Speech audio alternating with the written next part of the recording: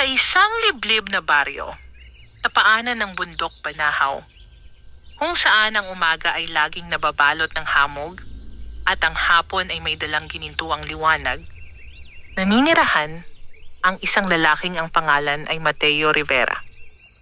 Kilala siya sa buong bayan bilang pinakamahusay na sabungero. Hindi lamang dahil sa kaniyang galing sa pagpili at pagpapalaki ng mga panabong, kundi dahil sa kakaibang tapang at tahimik na kumpiyansang bumabalot sa kanya tuwing siya'y pumapasok sa sabungan. Si Mateo ay hindi pinanganak na mayaman. Anak siya ng isang magsasakang buong buhay na nagbungkal ng lupa at isang inang nagtitinda ng gulay sa palengke. Mula pagkabata ay nasaksihan niya ang kahirapan at pagod ng walang pahinga. Ngunit sa likod ng mga araw na salat sa yaman, natutunan niya ang isang mahalagang aral. Ang tiyaga at pananalig sa sarili ang tunay na puhunan ng tao. Sa edad na 12, unang nasilayan ni Mateo ang mundo ng sabungan. Dinala siya ng kaniyang ama sa pista ng Karatig Bayan at doon niya nakita ang naglalakihang tandang na may makukulay na balahibo, matatalas na mata, at mga paa na tila sandatang handang sumalakay. Sa unang pagtahol ng mga tao at sa paglipad ng mga pakpak ng mga tandang sa gitna ng arena, may kung anong apoy na sumiklab sa kaniyang dibdib. Mula noon, ang sabungan ay hindi na lamang libangan para sa kaniya. Ito ay naging pangarap. Lumipas ang maraming taon at si Mateo ay naging isang ganap na lalaki. Namatay ang kaniyang ama sa sakit at ang kaniyang ina na may sumunod makalipas ang 2 taon. Naiwan sa kanya ang maliit nilang bahay at ilang manok na panabong na siya na mismo ang nagpalaki.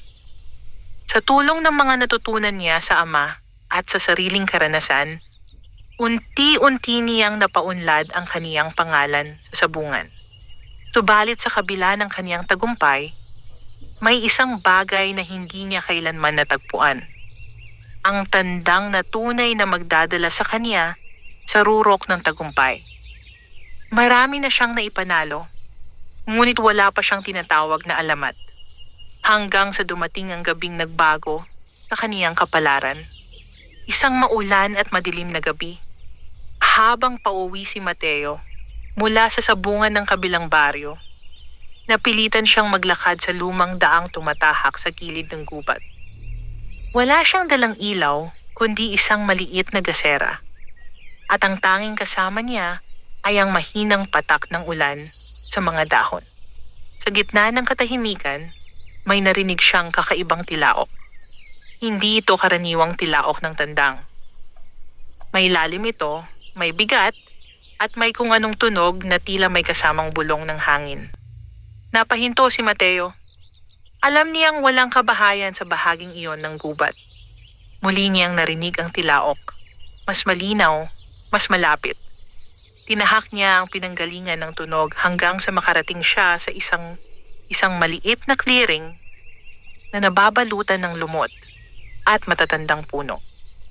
Sa gitna nito ay may isang tandang na nakatayo sa ibabaw ng malaking bato.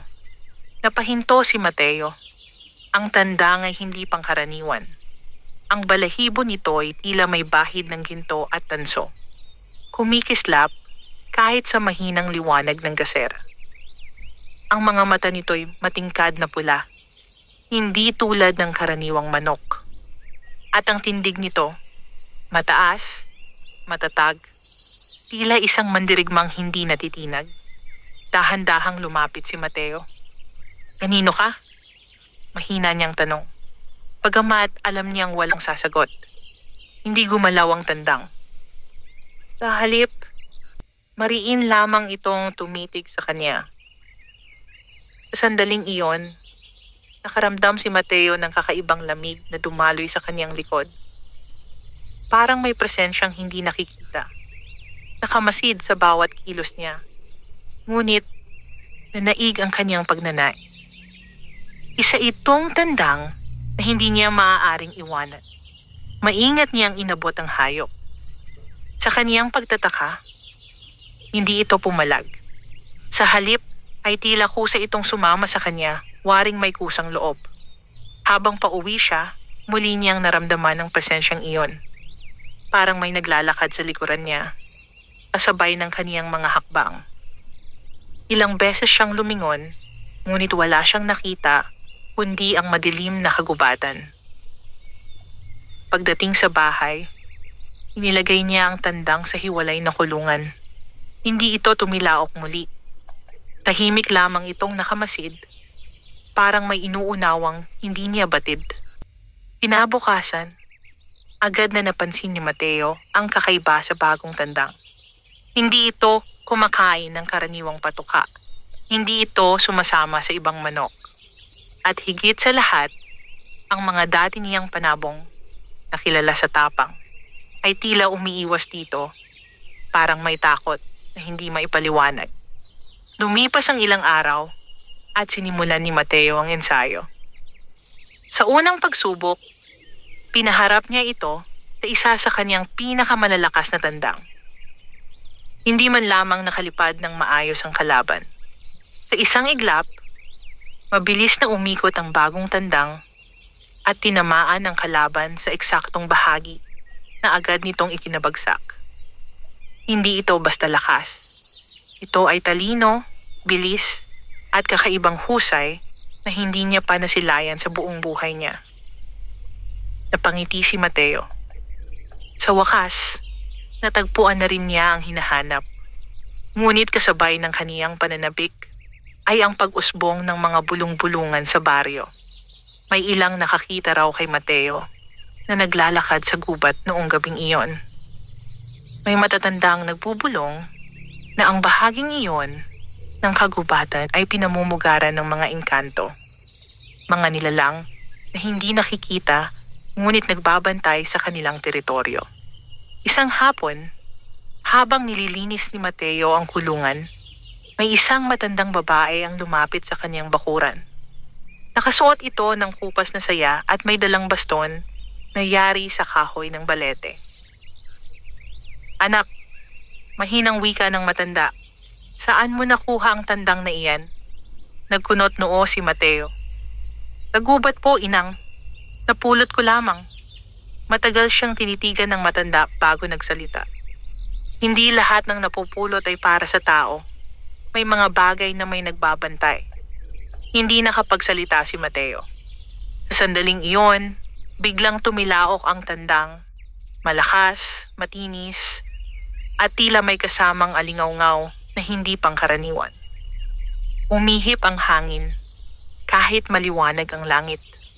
Napatingin ang matanda sa kulungan, at sa unang pagkakataon ay nakita ni Mateo ang takot sa mga mata nito. Hindi yan basta tandang. Bulong ng matanda. May bantay iyan. At kapag dumating ang oras na maningil ang nagmamay-ari, hindi sapat ang tapang ng isang sabungero. Iniwan siya ng matanda na puno ng mga tanong. Kinagabihan, habang nakahiga si Mateo, muli niyang narinig ang tilaok. Ngunit hindi mula sa kulungan. Ito'y tila nagmumula sa labas ng kaniyang bahay. Sa madilim na bahagi ng bakuran kung saan may nakatayong matandang puno ng balete. At sa unang pagkakataon sa kaniyang buhay, ang pusong hindi kailanman natinag sa sabungan ay nakaramdam ng tunay na pangamba. Dahan-dahan siyang bumangon at sumilip sa bintana. Sa ilalim ng balete, may isang aninong nakatayo. Hindi malinaw ang anyo, ngunit tiyak siya sa isang bagay. Hindi siya nag-iisa, at ang tandang na kaniyang nakuha ay may bantay na naghihintay lamang ng tamang sandali. Hindi agad nakaimik si Mateo habang nakatitig sa aninong nakatayo sa ilalim ng balete. Ang manipis na liwanag ng buwan ay bahagyang tumatama sa paligid, ngunit tila hindi nito kayang silipin ang anyo ng nilalang. Isa lamang itong madilim na hugis na nakapirmi. Waring nagmamasid. Humigpit ang hawak ni Mateo sa gilid ng bintana. Hindi siya sanay sa takot. Sa sabungan, nakaharap na siya sa galit, sa panganib, at sa pagkatalo. Ngunit, ang pakiramdam na iyon, ang pakiramdam na may nakatingin sa kanya mula sa dilim at kakaiba. Ilang sandali pa, biglang umihip ang malamig na hangin. Kumaluskos ang mga dahon ng balete. Nang muli siyang tumingin, wala na ang anino. Napabuntong hininga si Mateo, ngunit hindi nawala ang bigat sa kaniyang dibdib. Pagbalik niya sa higaan, hindi na siya nakatulog. Sa labas, muling tumilaok ang tandang. Hindi isang ordinaryong tilaok, kundi isang tunog na tila sagot sa isang panawagan. At sa bawat pagtilaok nito, para bang may alingaw mula sa malayo na tumutugon. Kinabukasan, maaga siyang nagising at agad nagtungo sa kulungan. Ang tandang ay nakatayo lamang, matatag, at tila walang anumang nangyari. Ngunit nang mapalapit siya, napansin niyang mas matingkad ang pula ng mga mata nito. Anong lihim ang dala mo? Bulong niya. Sa araw ding iyon, dumating ang balita na magkakaroon ng malaking sabong sa bayan sa susunod na linggo. Darating ang mga kilalang sabongero mula sa iba't ibang lugar. Ang gantimpala ay malaki. Hindi lamang pera, kundi karangalan. Naroon si Ramon Salcedo, ang pinakamayamang sabongero sa lalawigan. Kilala siya sa kaniyang malalakas na panabong at sa walang awang pagmamataas. Ilang ulit na silang nagkatapat ni Mateo, at bagaman may mga panalo si Mateo, hindi pa siya kailanman nagwagi sa isang laban na tunay na magpapayuko kay Ramon. Ngayon, may tiwala si Mateo. Ang bagong tandang ang magiging alas niya. Sa mga sumunod na araw, mas lalo niyang pinagtuunan ng pansin ang pagsasanay. Sa bawat ensayo, kapansin-pansin ang kakaibang kakayahan ng tandang. Hindi ito basta umaatake. Tila binabasa nito ang galaw ng kalaban. Sa bawat pagtalon at pag-iwas, may eksaktong tiyempo. Subalit may mga bagay na lalong nagpapagulo sa isip ni Mateo. Tuwing gabi, may naririnig siyang mga yabag sa paligid ng bahay. Minsan, ay tila may mahihinang bulungan sa hangin. At minsan, sa pagitan ng pagtulog at paggising, may panaginip siyang paulit-ulit. Nakikita niya ang gubat, ang malaking bato, at ang tandang na nakatayo roon. Ngunit sa likod nito ay may isang lalaking nakasuot ng sinaunang kasuotan. May mahabang buhok at mga matang kumikislap sa dilim. Isang gabi, muling lumitaw ang panaginip. Ngunit sa pagkakataong iyon, hindi lamang siya nanonood. "Bakit mo kinuha ang hindi iyo?" tanong ng lalaki sa panaginip. Nagising si Mateo, na pawis. Naramdaman niya ang paggalaw sa labas. Dahan-dahan siyang lumabas ng bahay. Tahimik ang paligid, ngunit nang lumapit siya sa kulungan, nakita niyang bukas ang pinto nito.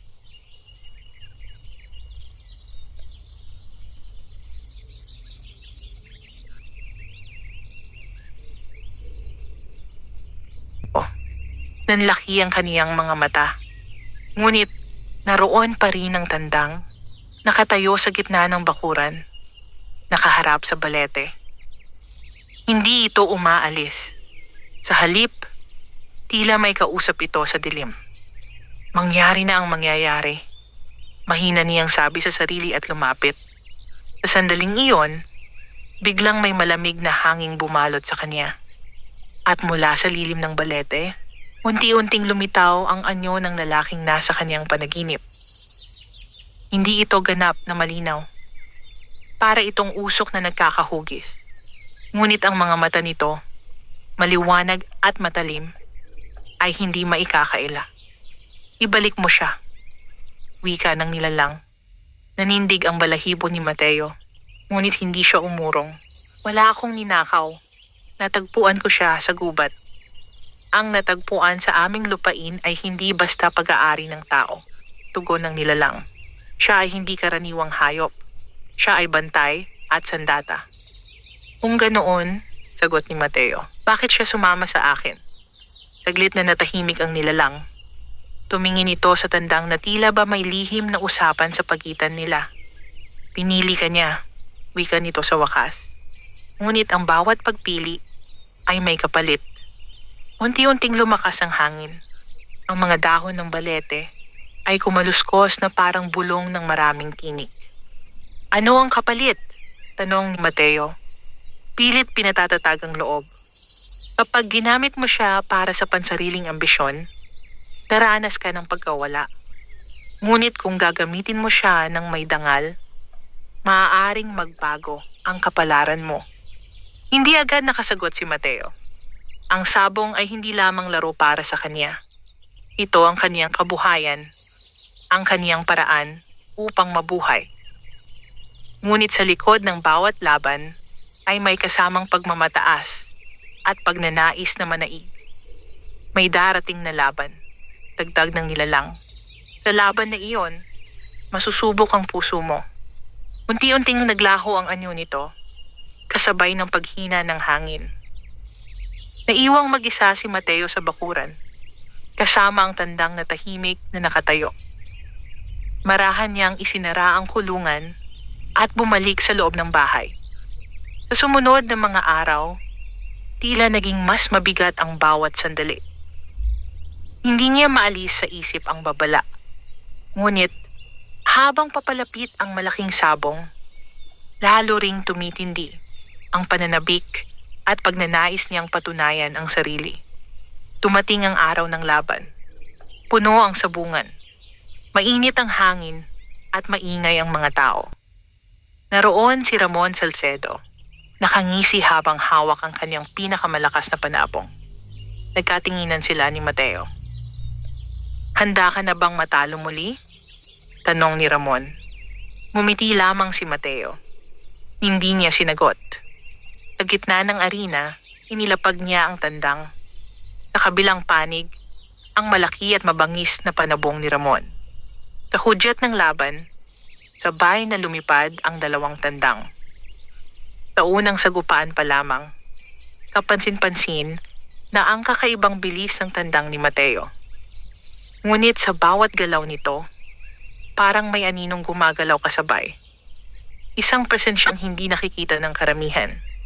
At habang umiikot ang laban, naramdaman ni Mateo ang malamig na hangin na minsan na niyang naramdaman sa ilalim ng balete. Ang laban na ito ay hindi lamang tungkol sa panalo. Ito ay simula ng pagsubok na magpapasya sa kaniyang kapalaran. Sa gitna ng naglalagablab na ingay ng sabungan, tila nabingi si Mateo sa sariling tibok ng puso. Ang sigawan ng mga tao, ang pagtaya ng pera, at ang palakpakan ay naging malabong alingaw lamang sa kaniyang pandinig. Ang tanging malinaw sa kanya ay ang dalawang tandang na umiikot sa gitna ng arena. Ang panabong ni Ramon Salcedo ay kilala sa pangalang Bagyong Itim. Malaki ang pangangatawan, makintab ang itim na balahibo, at may reputasyong hindi basta sumusuko. Marami na itong naipanalo, at bawat laban ay nagiiwan ng marka sa kalaban. Ngunit, ang tandang ni Mateo, na hindi pa niya pinapangalanan, ay nakatayo ng tuwid, hindi nagpapadala sa pangamba. Ang mga mata nito'y naniningkit. Tila sinusukat ang bawat galaw ng kalaban. Sa unang salpukan, mabilis ang naging palitan. Lumipad ang mga balahibo sa hangin. Nagpalitan ng sipa at talon ng dalawang panabong. Ngunit malinaw sa mga mata ni Mateo na may kakaiba sa galaw ng kaniyang alaga. Hindi ito basta umaatake. Naghihintay ito. Pinagmamasdan ng tiempo. At sa bawat pag-iwas nito sa matalim na tari ng kalaban, tila may gumagabay na hindi nakikita. Lumaban ka! Sigaw ni Ramon mula sa kabilang panig. Ngunit hindi nagpapaapekto si Mateo. Tahimik lamang siyang nakamasid. Sa isang iglap, nagkamali ng hakbang ang Bagyong Itim. Sumobra ito sa talon at bahagyang nawalan ng balanse. Sa sandaling iyon, mabilis na umikot ang tandang ni Mateo at tumama ng eksakto sa tagiliran ng kalaban. Isang malakas na sigaw ang umalingaw-ngaw sa sabungan. Napaatras ang bagyong itim. Ngunit hindi ito bumagsak. Sa halip, lalo itong naging mabangis, parang isang hayop na nasugatan at nagngangalit. Nararamdaman ni Mateo ang pag-init ng dugo ng mga tao sa paligid. Mas tumataas ang taya. Mas lumalakas ang hiyawan. Muli silang nagsalpukan. Sa pagkakataong ito, tinamaan ang tandang ni Mateo sa pakpak. Bahagya itong napatilapon at bumagsak sa lupa. Kumabog ang dibdib ni Mateo. Sandali siyang napapikit. Sa loob ng saglit na iyon, naramdaman niya ang malamig na hanging minsan na niyang nakilala. Parang may mahinang tinig na bumulong sa kanyang isipan. Ang puso, hindi ang pagmamataas. Dahan-dahan niyang iminulat ang mga mata. Tumayo ang tandang. Hindi ito tila sugatan. Sa halip, tila mas nagningning ang balahibo nito sa ilalim ng sikat ng araw. Ang mga mata nito'y nagliliyab na parang may apoy sa loob. Sa hudyat ng ikatlong salpukan, mabilis na lumipad ang dalawang tandang. Ngunit sa pagkakataong ito, hindi na naghintay ang alaga ni Mateo. Isang serye ng mabilis at tiyak na galaw, pag-iwas, pag-ikot, at biglang pagsipa. Tumama ang tari nito sa leeg ng bagyong itim. Napahinto ang kalaban, nag-alangan, at tuluyang bumagsak sa lupa. Tumahimik ang sabungan. Ilang segundo ang lumipas bago sumabog ang sigawan. Panalo si Mateo.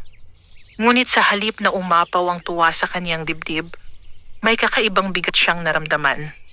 Habang pinupulot niya ang kaniyang tandang, napansin niyang tila may mahinang usok na pumalibot dito sandali bago naglaho. Lumapit si Ramon, hindi makapaniwala sa nangyari. May daya, malamig nitong sabi. Hindi normal ang tandang mo. Tumingin si Mateo ng diretso sa kanya. Walang daya sa tapang at tiyaga. Ngunit sa kaibuturan ng kaniyang isipan, alam niyang may katotohanan ang sinabi ni Ramon. Pag-uwi niya sa bahay, hindi niya agad inilagay sa kulungan ang tandang. Sa halip, naupo siya sa ilalim ng balete at inilapag ito sa kaniyang kandungan. Sabihin mo sa akin, mahina niyang wika. Ano ka ba talaga? Tahimik ang paligid. Ngunit sa pagitan ng mga dahon, tila may aninong gumalaw. Unti-unting lumitaw ang pamilyar na presensya. Ang lalaking anyong usok na minsan na niyang nakita. Pinili mong lumaban ng may dangal, sabi ng nilalang.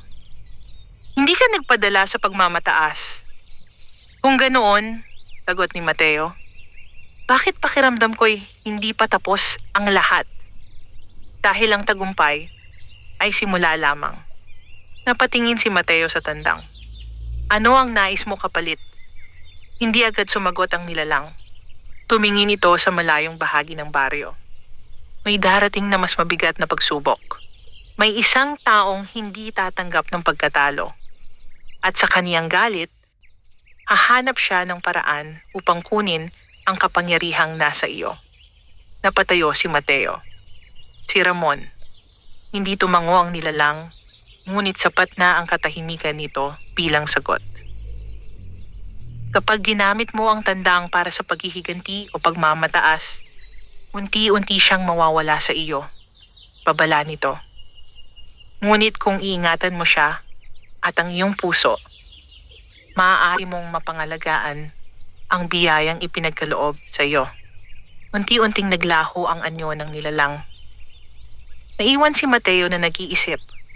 Sa mga sumunod na araw, lumaki ang kaniyang pangalan. Marami ang gustong makipagpusta sa kanya. Dumagsa ang pera. Dumami ang mga kaibigang bigla na lamang lumapit. Ngunit kasabay ng pag-angat ay ang pagdilim ng mga matang nakamasid mula sa malayo.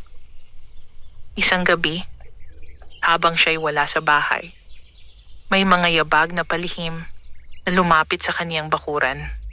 At sa dilim, may mga matang naglalayong angkinin ang hindi sa kanila. Ang laban sa sabungan ay natapos na. Ngunit ang tunay na laban, ang laban para sa kapangyarihan at kaluluwa, ay nagsisimula pa lamang. Hindi naging tahimik ang baryo matapos ang laban sa sabungan. Ang pangalan ni Mateo Rivera ay paulit-ulit na binabanggit sa palengke, sa tindahan ng kape, at maging sa mga umpukan sa gilid ng kalsada.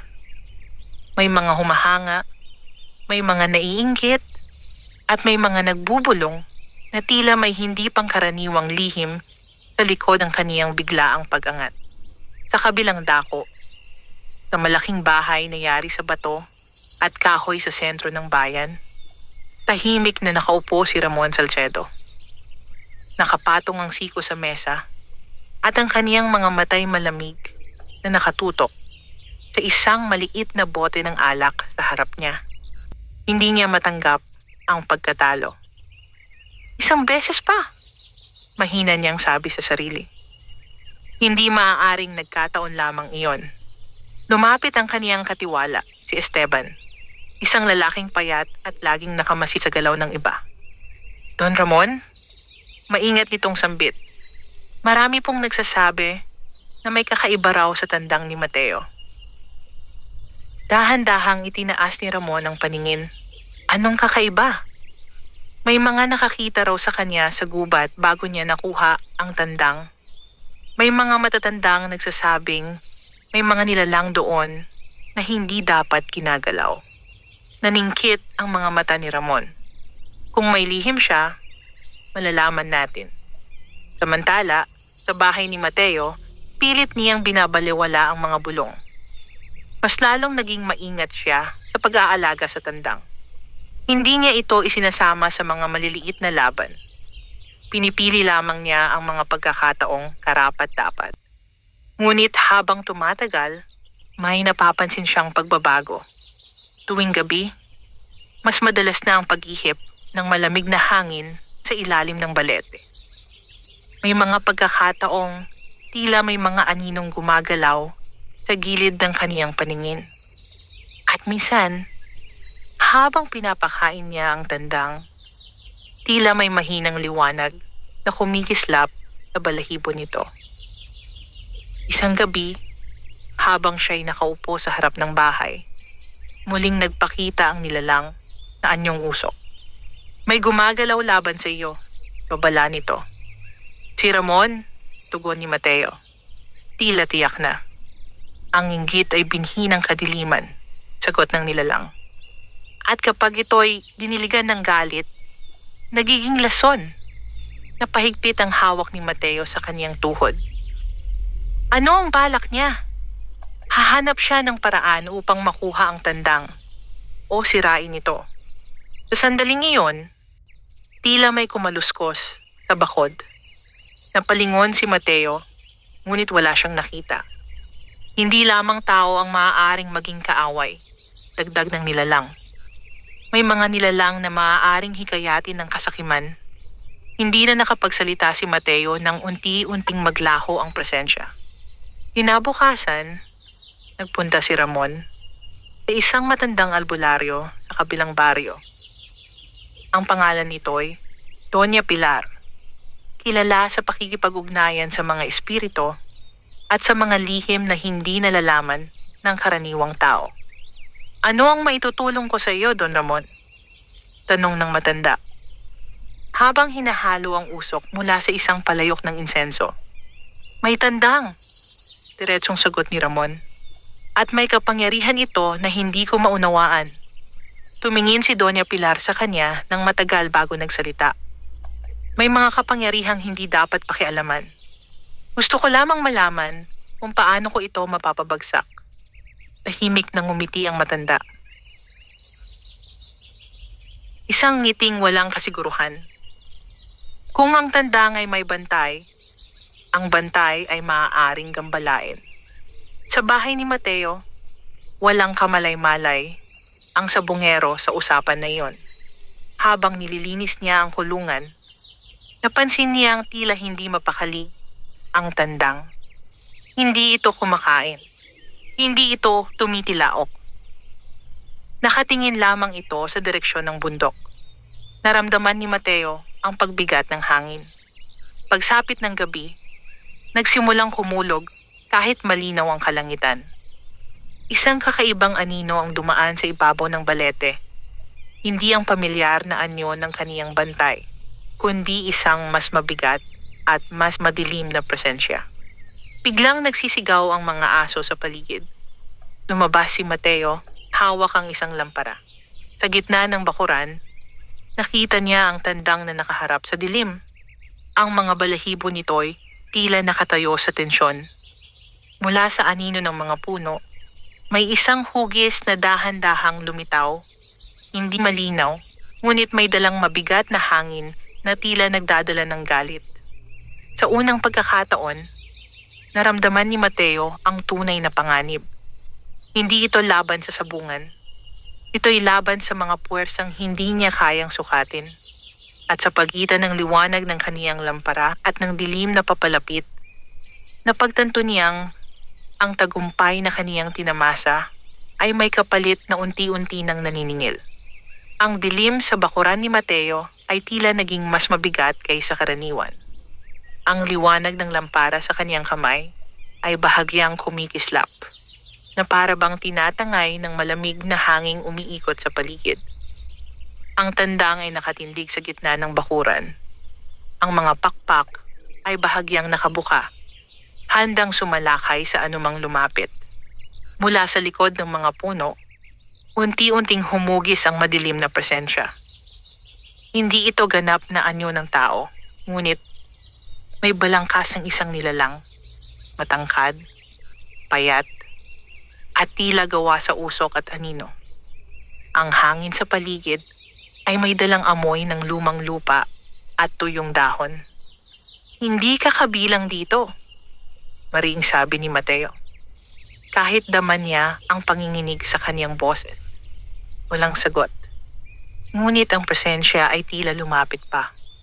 Biglang tumilawak ang tandang, malakas at matinis, tila isang panawagan. Sa sandaling iyon, may isa pang liwanag na sumingit sa dilim. Mula sa ilalim ng balete, muling lumitaw ang pamilyar na bantay. Ang engkantong anyong usok na minsan na ang nagbabala kay Mateo. Nagtagpo ang dalawang anino sa gitna ng bakuran. Hindi sila nagbanggaan, ngunit ang hangin sa pagitan nila ay tila nagngangalit. Parang may hindi nakikitang puwersang nagtutunggali. Umalis ka, maring wika ng bantay. Isang mahinang halakhak ang umalingongaw mula sa madilim na presensya. Hindi ito pag-aari ng tao, at hindi mo siya maaaring itago magpakailanman. Napatingin si Mateo sa tandang. Sa unang pagkakataon, nakita niyang tila may manipis na liwanag na bumabalot sa katawan nito. Hindi maliwanag, ngunit sapat upang maunawaan na hindi ito ordinaryo. Pinili siya, sagot ng bantay. Ang pagpili ay hindi mo maaaring baliwalain. Ang madilim na anino ay tila nag-alinlangan. Ngunit, bago pa man ito makapagsalita, biglang lumakas ang hangin at nagpaikot ng mga tuyong dahon sa bakuran. Napapikit si Mateo sandali. Pagmulat niya, wala na ang madilim na presensya. Ang natira lamang ay ang mahinang liwanag sa paligid ng tandang at ang anyo ng bantay na unti-unting naglalaho. Hindi pa ito ang wakas, sabi ng engkanto bago tuluyang maglaho. Naiwan si Mateo sa gitna ng bakuran, hawak ang lampara na ngayoy halos patay na ang apoy. Kinabukasan, ramdam niya ang pagod kahit wala siyang ginawa buong gabi. Ang tandang ay tila nanumbalik sa dati nitong anyo, ngunit mas tahimik kaysa karaniwan. Sa baryo, kumalat ang balita na may kakaibang nangyari sa bahay ni Mateo. May mga nakakita raw ng kakaibang liwanag sa gabi. May mga nakarinig ng malalakas na tilaok kahit hating gabi. At sa malaking bahay ni Ramon Salcedo, nakaupo siya sa harap ni Doña Pilar. Hindi sapat ang simpleng panggugulo. Malamig na sabi ni Ramon. Gusto kong matiyak na mawawala sa kanya ang tandang. Tumingin si Doña Pilar sa kanya ng matagal. May mga bagay na may kapalit. Magkano? Diretso niyang tanong. Umiling ang matanda. Hindi pera ang hinihingi ng mga nilalang sa dilim. May hinihingi silang mas mahalaga. Ngunit hindi na tinag si Ramon kung iyon ang kailangan. Sa bahay ni Mateo, hindi niya alam ang nagaganap na pag-uusap. Ngunit dama niya ang paglapit ng mas mabigat na panganib. Habang pinapakain niya ang tandang, napansin niyang may maliit na sugat ito sa pakpak. Isang sugat na hindi niya maalalang nakuha sa laban. Bahagya lamang, ngunit tila hindi naghihilom. Naramdaman niya ang malamig na hangin muli. May gumagalaw na laban sa iyo. Bulong ng isang tinig sa kanyang isipan. Hindi malinaw kung guni-guni lamang o babala ng bantay. Naupo si Mateo sa ilalim ng balete, pinagmamasdan ang kaniyang alaga. Kung may kapalit ang lahat ng ito, mahina niyang sabi. Handa ba akong bayaran? Ang tanong ay nanatiling nakabitin sa hangin. Sa malayo, sa gilid ng baryo, may mga matang nagmamasid. Hindi lamang tao, kundi mga nilalang na naaakit sa alitan ng kapangyarihan. Ang laban sa sabungan ay nagdala ng karangalan. Ngunit ang laban sa pagitan ng liwanag at dilim ay unti-unti nang humahabol. At sa puso ni Mateo, nagsisimula ng tumubo ang pangamba na baka hindi lamang ang kaniyang tandang ang nakataya, kundi pati ang kaniyang kaluluwa. Hindi naging payapa ang mga sumunod na gabi sa bahay ni Mateo. Ang maliit na sugat sa pakpak ng tandang ay hindi pa rin naghihilom kahit anong linis at gamot ang gawin niya. Hindi ito malalim, ngunit tila may kung anong puwersang pumipigil sa paghilom nito. Habang pinagmamasdan niya ang alaga, naramdaman niyang tila may unti-unting humihina sa loob nito. Hindi sa lakas ng katawan, kundi sa liwanag na minsan niyang nasilayan. Sa kabilang dako ng baryo, sa isang lumang kubong napapaligiran ng makakapal na kawayan, nagsindi si Doña Pilar ng 3 kandila. Sa harap niya ay may maliit na mangkok na may lamang itim na tubig. Nakaupo sa kaniyang tapat si Ramon Salcedo. Seryoso ang mukha at walang bakas ng pag-aalinlangan. Kapag tinawag natin ang nasa pagitan ng mga anino, babala ng matanda, hindi na natin sila basta mapapalayas. Gawin mo, malamig na tugon ni Ramon. Kunin mo ang lakas na nasa tandang na iyon o sirain mo ito. Unti-unting nagbago ang kulay ng apoy ng kandila. Mula dilaw, naging bughaw, hanggang sa maging halos luntian. Umalingaw-ngaw ang mahinang bulong sa paligid ng kubo. Tila maraming tinig na nagsasalita ng sabay-sabay. May isang anino ang gumapang sa sahig at umakyat sa dingding. Ano ang handog? Tanong ng tinig na tila nagmumula sa ilalim ng lupa. Hindi nag-atubili si Ramon. Kayamanan, lupa, anumang nais ninyo. Isang malamig na halakhak ang umikot sa loob ng kubo. Hindi ginto ang kailangan, tugon ng tinig, kundi pangako. Nanahimik si Ramon. Kapag nakuha mo ang nais mo, dagdag ng anino, magkakaroon ng sandali na pipili ka. Ang iyong dugo o ang iyong dangal. Saglit na nag-alinlangan si Ramon, ngunit na naigang kaniyang pagmamataas. Pumapayag ako. Sa bahay ni Mateo, biglang napabalikwas siya mula sa pagkakahiga. May bigat sa kaniyang dibdib na tila may nakadagan. Sa labas, ang mga aso ay sabay-sabay na umalulong. Lumabas siya, dala ang lampara. Sa ilalim ng balete, naroon ng tandang. Nakalabas sa kulungan kahit nakasara ito kanina. Nakaharap ito sa hangin, tila may kalabang hindi nakikita. Mula sa dilim, unti-unting bumuo ang isang manipis na usok, mas mababa at mas gumagapang kaysa sa anyo ng bantay na kilala niya. Hindi ka na niya kayang ipagtanggol. Bulong ng usok. Napahigpit ang hawak ni Mateo sa lampara. Lumayo ka! Biglang tumilaok ang tandang, ngunit sa pagkakataong iyon, tila may kirot sa tunog nito. Sa isang iglap, lumitaw ang bantay. Mas malinaw kaysa dati, ngunit halatang may pagod sa anyo. May kasunduang ginawa, sabi nito kay Mateo. Ang inggit ay nagbukas ng pinto. Ano ang dapat kong gawin? Tanong ni Mateo. Tumingin ng bantay sa kanya. Ang lakas ng tandang ay hindi lamang mula sa akin. Bahagi nito'y nagmumula sa iyong paniniwala at hangarin. Kung ang puso mo'y malilito, mas madali siyang maagaw.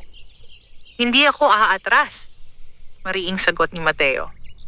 Kung gayon, dagdag ng bantay, ihanda mo ang sarili mo.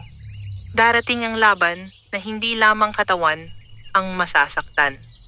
Biglang lumakas ang hangin. Ang gumagapang na usok ay naglaho, ngunit naiwan ang mas malamig na paligid. Kinabukasan, kumalat ang balita na magkakaroon muli ng malaking sabong. Isang laban na personal na hinamon ni Ramon. Mataas ang pusta. Doble sa nakaraan. Hindi maaaring umatras si Mateo. Hindi lamang ito laban sa arena. Ito'y laban sa dangal. Habang papalapit ang araw ng laban, napansin niyang lalong humihina ang tandang. Ang sugat sa pakpak ay tila nagiging mas maitim. Ngunit sa tuwing siya'y lalapit at hahaplusin ito, bahagyang umiilaw ang balahibo, parang tugon sa kanyang pag-aalaga. Isang gabi bago ang laban, muli siyang kinausap ng bantay. May kapangyarihang susubok na hilahin siya bukas. Babala nito. Kung mangyari iyon, kailangan mong pumili. Pumili ng ano? Kung ipaglalaban mo siya bilang sandata o bilang buhay na ipinagkatiwala sa iyo. Natahimik si Mateo. Sa unang pagkakataon, naisip niyang baka ang kaniyang pagnanais na manaig ang siyang naglalagay sa tandang sa panganib. Kinabukasan, sa gitna ng sabungan, nagkatinginan muli sina Mateo at Ramon. Ngunit sa pagkakataong ito, may kakaibang ngiti sa labi ni Ramon. Isang ngiting tila may alam na lihim. Habang inilalagay ni Mateo ang tandang sa arena, naramdaman niya ang malamig na hangin na minsan na niyang kinatakutan. Ang laban ay magsisimula pa lamang. Ngunit sa likod ng bawat sigaw ng tao, may mga nilalang na naghihintay, handa sa sandaling magkamali ang isang puso. At sa araw na iyon, ang kapalaran ni Mateo at ng tandang na may bantay na engkanto ay muling masusubok. Mataas ang araw nang magsimula ang sabong, ngunit tila mas mabigat ang hangin kaysa dati. Ang sabungan ay puno ng tao, mga kilalang sabungero, mga mangangalakal, at mga tagapanood na naghihintay ng kakaibang laban. Ang pangalan ni Mateo Rivera ay ibinubulong sa bawat sulok. Ang pangalan ni Ramon Salcedo ay sinasambit ng may paggalang at takot. Sa gitna ng arena, inilapag ni Mateo ang kaniyang tandang. Tahimik ito. Hindi tulad ng mga nakaraang laban, wala itong tilaok na nagpapahayag ng tapang. Nakayuko lamang ito sandali, bago dahan-dahang itinaas ang ulo at tumitig sa kalaban. Sa kabilang panig, inilabas ni Ramon ang bago nitong panabong. Mas malaki, mas mabigat, at tila mas mabangis kaysa sa bagyong itim. May kakaibang ningning ang mga mata nito. Isang ningning na hindi pangkaraniwan. Nagkatinginan ang dalawang tandang. Sa sandaling iyon, naramdaman ni Mateo ang malamig na ihip ng hangin sa kaniyang batok. Hindi niya kailangang lumingon upang malaman. Naroon ang presensya ng bantay. Ngunit, may isa pang mas mabigat na puwersang gumagalaw sa paligid. Imulan na! Sigaw ng tagapamahala.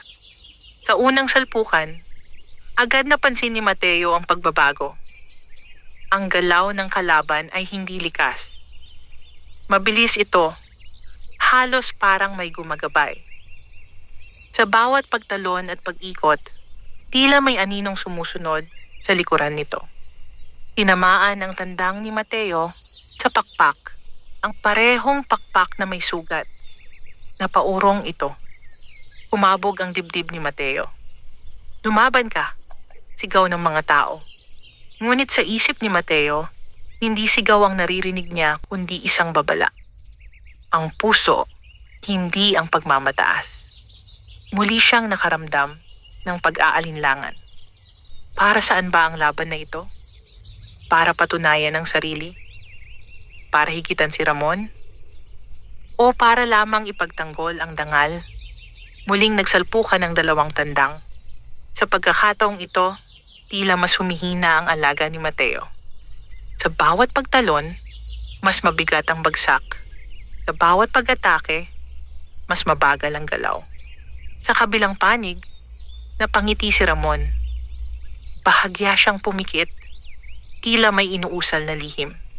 Biglang naramdaman ni Mateo ang paglamig ng paligid. Sa gilid ng kaniyang paningin, may nakita siyang gumagalaw na anino. Hindi ng tao, kundi ng isang presensyang nakasandal sa kalaban. Hindi ito patas, bulong niya sa sarili. Sa sandaling iyon, napatingin sa kanya ang tandang, diretso sa kanyang mga mata. At sa unang pagkakataon, malinaw niyang naramdaman ang ugnayan nila. Hindi ito sandata. Isa itong buhay na piniling sumama sa kanya. Dahan-dahang napayuko si Mateo. "Kung ito ang kapalit," mahina niyang sabi, "hindi kita isasakripisyo para lamang sa aking pagmamataas." Sa gitna ng arena, biglang umatras ang tandang ni Mateo. Isang galaw na ikinagulat ng lahat. Hindi ito umatake. Sa halip, tumayo itong tuwid at tumilaok ng malakas. Ang tilaok na iyon ay hindi pangkaraniwan. Sa sandaling iyon, tila huminto ang hangin. Ang mga anino sa paligid ay kumilos. Mula sa ilalim ng lupa, may mahinang alingaw-ngaw na sumagot. Sa likod ni Mateo, lumitaw ang bantay, mas maliwanag kaysa dati. "Pinili mo," sabi nito. Ang aninong sumasandal sa kalaban ay biglang napaatras. Tila nasisilaw sa liwanag. Sa isang iglap, bumalik ang lakas ng tandang ni Mateo. Mabilis itong umikot at umiwas sa atake ng kalaban. Isang malinis at eksaktong sipa ang tumama sa dibdib ng panabong ni Ramon. Napahinto ang laban. Nagpalitan ng mga galaw ang dalawang tandang, ngunit ngayon ay malinaw. Wala nang aninong gumagabay sa kalaban. Sa huling salpukan, tumalo ng tandang ni Mateo at tinamaan ng kalaban sa leeg. Bumagsak ang panabong ni Ramon. Tumahimik ang sabungan. Ilang sandali pa, sumabog ang hiyawan ng mga tao. Panalo si Mateo. Ngunit hindi siya ngumiti. Sa halip, agad niyang pinulot ang kaniyang tandang at niyakap ito sa kaniyang dibdib. Sa kabilang panig, namutla si Ramon. Ramdam niya ang pagkawala ng puwersang tumulong sa kanya. Sa kaniyang isipan, umalingaw-ngaw ang tinig na minsang nagtanong ng handog. Ang iyong dugo o ang iyong dangal? Naramdaman niya ang kirot sa kaniyang palad. May manipis na hiwa na tila kusa niyang nakuha ng hindi namamalayan. Sa bahay ni Mateo ng gabing iyon, tahimik ang paligid. Wala ang malamig na hangin. Wala ang gumagapang na usok. Muling nagpakita ang bantay. Ang tunay na lakas ay hindi nasa kapangyarihan, wika nito, kundi sa pagpili ng tama. "Hindi ko na siya gagamitin para sa ganitong laban," sagot ni Mateo. Tumingin ang bantay sa kanya ng matagal. "Kung gayon, nagsisimula ka ng maunawaan. Ngunit bago ito tuluyang maglaho, may huling babala itong iniwan. Ang kasunduang ginawa ay hindi pa tuluyang nababasag. May sisingilin pa ang dilim." Napatingin si Mateo sa malayo. ang laban ay napanalunan. Ngunit ang mga anino ay hindi pa tuluyang nawawala. At sa puso ng baryo, may isang lalaking unti-unting nilalamon ng sariling kapangyarihang kaniyang tinawag. Sa kabila ng tagumpay ni Mateo, hindi naging ganap ang kaniyang kapayapaan. Sa mga sumunod na araw, kapansin-pansin ang pagbabago sa baryo. Mas madalas ang pag-uulan kahit maliwanag ang langit. Mas malamig ang gabi. At sa ilalim ng balete, tila mas tahimik ang hangin. Isang katahimikang may kasamang pag-aabang. Hindi na muling isinabak ni Mateo ang kaniyang tandang sa sabungan. Marami ang nagtaka. Marami ang nag-alok ng malaking halaga upang bilhin ito, ngunit tinanggihan niya ang lahat. Hindi ito ay pinagbibili. Maikli niyang sagot. Ngunit, habang pinipili niyang iwasan ng arena, hindi ganoon kadaling iwasan ng anino ng kasunduang ginawa ni Ramon. Sa malaking bahay ng mga Salcedo, unti-unting nagbabago ang anyo ng dating mayabang na sabungero. Hindi na siya lumalabas ng madalas. Ang kaniyang mga mata ay tila laging may kulimlim. At sa tuwing siya'y nag-iisa, naririnig niya ang parehong tinig na minsang nakipagkasundo sa kanya. Ang iyong dugo o ang iyong dangal. Sa bawat gabi, mas lumalalim ang hiwa sa kanyang palad. Isang sugat na hindi naghihilom. Hindi ito masakit sa katawan, ngunit may kirot sa kaniyang kalooban. Samantala, isang gabi sa bahay ni Mateo, muling nagpakita ang bantay. Malapit na ang paniningil. Tahimik nitong sabi. Ano ang mangyayari? Tanong ni Mateo. Ang kasunduang ginawa ay may bigat. Kung hindi niya tutuparin ang hinihingi, may ibang kukunin bilang kapalit. Nanlamig ang pakiramdam ni Mateo. Ibig mong sabihin, ako. Hindi ikaw ang nakipagkasundo, sagot ng bantay.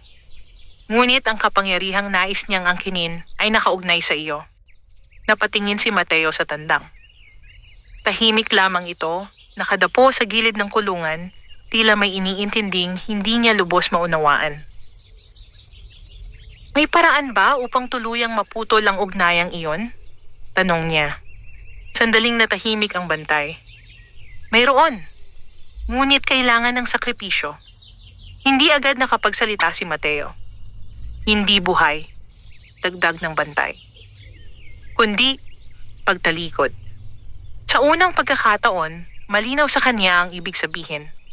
Kung tuluyang iiwas siya sa sabungan, kung hindi na niya gagamitin ang tandang para sa pansariling ambisyon, maaaring maputol ang puwersang umaabot sa kanila.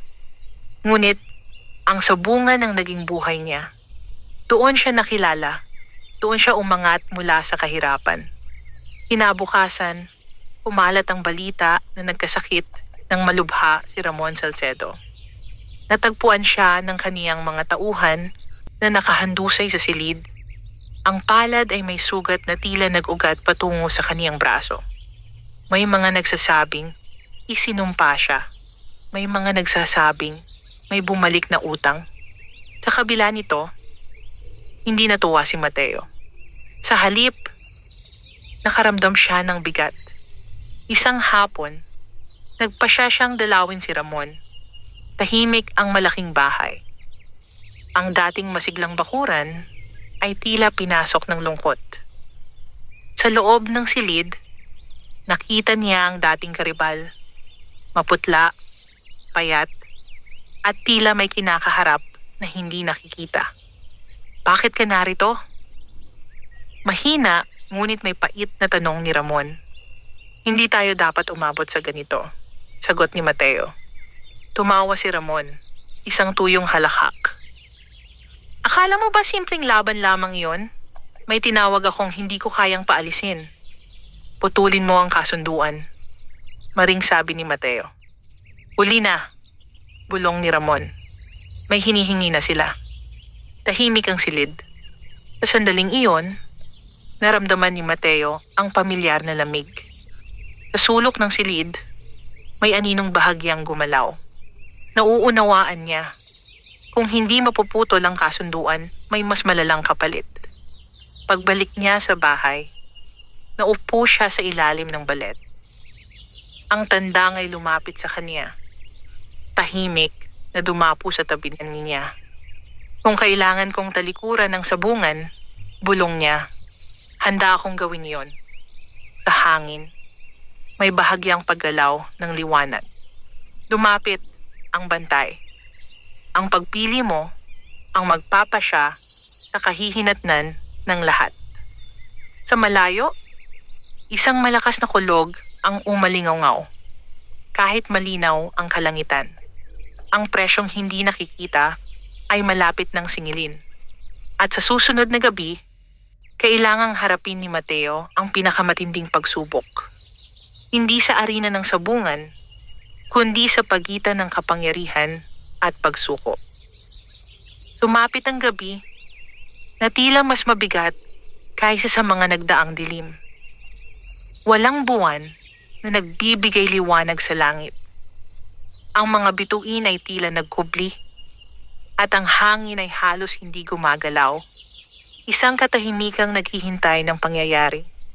Sa ilalim ng balete, nakaupo si Mateo. Katabi niya ang tandang na ngayon ay tahimik at hindi mapakali. Hindi ito tulad ng mga nakaraang gabi na may ningning ang balahibo.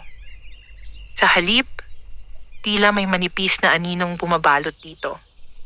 Ngayon pa iyon? Mahina niyang tanong sa hangin. Mula sa likod ng puno, unti-unting lumitaw ang bantay. Mas malinaw ang anyong nito. Ngunit kapansin-pansin ang paghina ng liwanag sa paligid nito. Ang kasunduan ay naniningil na, sagot nito. Ang dilim ay naghahanap ng kapalit. Sa malayo, mula direksyon ng malaking bahay ng mga Salcedo, umalingaw-ngaw ang isang sigaw. Hindi malinaw kung sino ang sumigaw, ngunit ramdam ang takot sa tunog. Kung hindi siya magbibigay ng dugo, dagdag ng bantay, hahanap ang dilim ng ibang paraan. Nanindig ang balahibo ni Mateo. Ano ang kailangan kong gawin? Tumingin ang bantay sa tandang. Ang ugnayan ng kapangyarihan ay nakatali sa hangarin. Hanggat ang tandang ay ginagamit bilang sandata ng ambisyon, bukas ang daan para sa dilim. Dahan-dahang tumayo si Mateo. Kung ganoon, matatag niyang wika. Wawakasan ko ang ugnayang iyon. Sa sandaling iyon, lumakas ang hangin. Ang mga dahon ng balete ay kumaluskos na tila nagbubulong. Lumabas si Mateo ng bakuran. Dala ang tandang. Tinahak niya ang daan patungo sa gubat, sa parehong lugar kung saan niya ito unang natagpuan. Sa bawat hakbang, tila may sumusunod na anino sa likuran niya. Pagdating niya sa clearing, naroon pa rin ang malaking bato kung saan niya unang nakita ang tandang. Ang paligid ay malamig, ngunit hindi nakakatakot. Bagkus ay tila naghihintay. Inilapag niya ang tandang sa ibabaw ng bato. Hindi kita kinuha upang maging dahilan ng kasakiman, mahina niyang sabi. Kung ang pagpili mo sa akin ay para sa ibang layunin, ibinabalik ko ang kalayaan mo. Tumilaok ang tandang, isang tilaok na malakas at malinaw, ngunit may bahid ng pamamaalam. Sa likod ni Mateo, biglang lumitaw ang madilim na presensya. Ang parehong aninong minsang gumapang sa kaniyang bakuran. Hindi sapat ang pagsuko. Malamig nitong wika. May utang na dapat bayaran. Ngunit sa pagitan nila, sumiklab ang liwanag ng bantay. Ang pagpili ay nagbago na. Mariing sagot nito. Ang ugnayan ay naputol. Lumakas ang hangin. Ang mga dahon at alikabok ay umikot sa paligid ng bato. Ang tandang ay tumayo ng tuwid. Ang balahibo'y muling kumislap ng bahagyang liwanag. Sa isang iglap, nagliyab ang manipis na guhit ng liwanag sa paligid nito. Hindi apoy, kundi isang uri ng ningning na hindi nakasasakit sa mata. Napaatras ang madilim na presensya. Hindi ito ang wakas! Tinghal nito bago unti-unting naglaho sa dilim. Tumahimik ang gubat. Huminga ng malalim si Mateo. Sa sandaling iyon, naramdaman niyang may nabunot na bigat sa kanyang dibdib. Isang tali na matagal nang nakasakal sa kanyang hangarin. Dahan-dahan niyang nilapitan ng tandang. Ngunit sa kanyang paglapit, napansin niyang ang ningning sa balahibo nito ay unti-unting nawawala. Hindi ito namamatay. Hindi ito sugatan. Ngunit, ang kakaibang liwanag na minsan niyang nakita ay tila tuluyan ng naglaho. Lumapit ang bantay. Ang kapangyarihan ay ibinalik sa pinagmulan, sabi nito. Ang natira ay ang tunay na anyo. Tumingin si Mateo sa tandang. Ngayon, isa na lamang itong karaniwang panabong. Malakas pa rin, matikas, ngunit wala na ang misteryosong presensya. Hindi ba ito kalungkutan? Tanong ni Mateo. Hindi, sagot ng bantay. Ito ay kalayaan. Sa malayo, sa bahay ng mga Salcedo, huminto ang sigawan.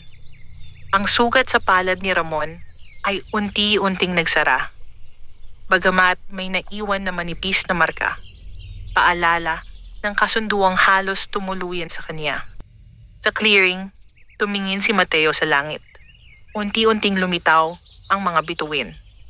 Ang laban ay hindi sa arena, bulong niya, kundi sa loob ng tao. Unti-unting naglaho ang bantay at sa pagkakataong ito, hindi na ito nag-iwan ng malamig na hangin. Naiwan si Mateo sa gitna ng gubat.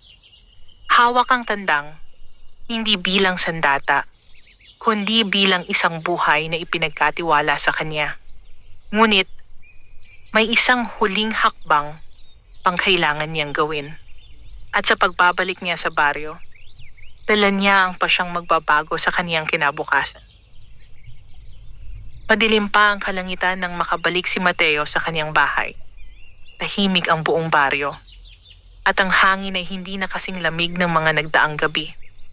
Ang balete sa kaniyang bakuran ay tila isang karaniwang puno na lamang. Wala na ang misteryosong presensyang dati bumabalot dito. Inilagay niya ang tandang sa kulungan, hindi bilang isang sandatang maghahatid ng panalo, kundi bilang isang alagang kaniyang pananagutan. Sa unang pagkakataon, matapos ang mahabang panahon, nakatulog siya ng mahimbing. Kinabukasan, humalat ang balita na gumaling si Ramon Salcedo. Hindi na raw ito tinadalaw ng mga bangungot. Hindi na lumalalim ang sugat sa kaniyang palad. Ngunit nagbago ang kaniyang anyo. Mas tahimik, mas mapagmuni. Pagkalipas ng ilang araw, nagpunta si Ramon sa bahay ni Mateo. Tahimik ang kanilang paghaharap. Naputol na, sabi ni Ramon. Hawak ang palad na may naiwan pang marka. Hindi ko alam kung paano, ngunit naramdaman ko. Hindi agad nagsalita si Mateo. Hindi ako humingi ng tawad, dagdag ni Ramon. Ngunit alam kong mali ang aking ginawa. Tayong dalawa ang muntik ng magbayad, mahinahong sagot ni Mateo. Matagal silang nagkatinginan.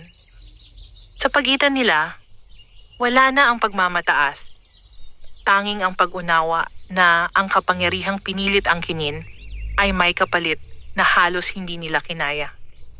Magkakaroon pa rin ng sabong, sabi ni Ramon sa huli. Ngunit, hindi na ako hahanap ng hindi ko nauunawaan. Tumango si Mateo. Sa mga sumunod na linggo, hindi na muling lumaban sa malalaking sabungan si Mateo. Pinili niyang magtayo ng maliit na palahian sa gilid ng baryo. Hindi para sa malalaking pustahan, kundi upang magpalaki ang malulusog na manok na ibinebenta sa mga magsasaka at pamilya. Ang tandang na minsang may bantay na engkanto ay nanatili sa kanya. Hindi na ito kumikislap sa dilim. Hindi na ito tinatangay ng malamig na hangin. Ngunit nanatili ang tapang at liksi nito. Ngayon ay bunga na lamang ng likas na lakas at maingat na pag-aalaga. Isang hapon, habang nakaupo si Mateo sa ilalim ng balete. May banayad na ihip ng hangin ang dumaan. Sa pagitan ng mga dahon, may sandaling tila may manipis na liwanag na kumislap. Isang paalala, marahil, ng dating ugnayan. Ngunit wala ng aninong sumusunod. Wala ng bulong sa dilim. Tanging ang tahimik na katiyakan na ang bawat tao ay may pagpiling dapat harapin.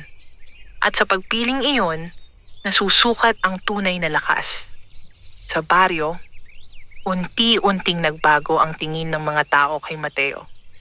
Hindi na lamang siya kilala bilang sabungerong may mahiwagang tandang, kundi bilang lalaking marunong pumili ng tama kahit may kapalit. At sa tuwing may magtatanong tungkol sa tandang na minsang nagdala sa kanya ng sunod-sunod na panalo, ngumingiti lamang siya. Ang tunay na tagumpay, madalas niyang sabihin, ay hindi nasusukat sa dami ng laban na napanalunan, kundi sa laban na pinili mong huwag ipagpatuloy. Sa ilalim ng balete, sa simpleng bakuran ng isang dating sabungero, nagsimula ang bagong yugto ng kaniyang buhay. Walang engkantong gumagabay, walang aninong naniningil, kundi isang pusong natutong pumili ng dangal kaysa kapangyarihan. At doon nagtapos ang alamat ng sabungerong nagkaroon ng tandang na may bantay na engkanto. Isang alamat na hindi tungkol sa hiwaga ng nilalang sa dilim, kundi sa liwanag na natagpuan ng isang tao sa kaniyang sariling puso.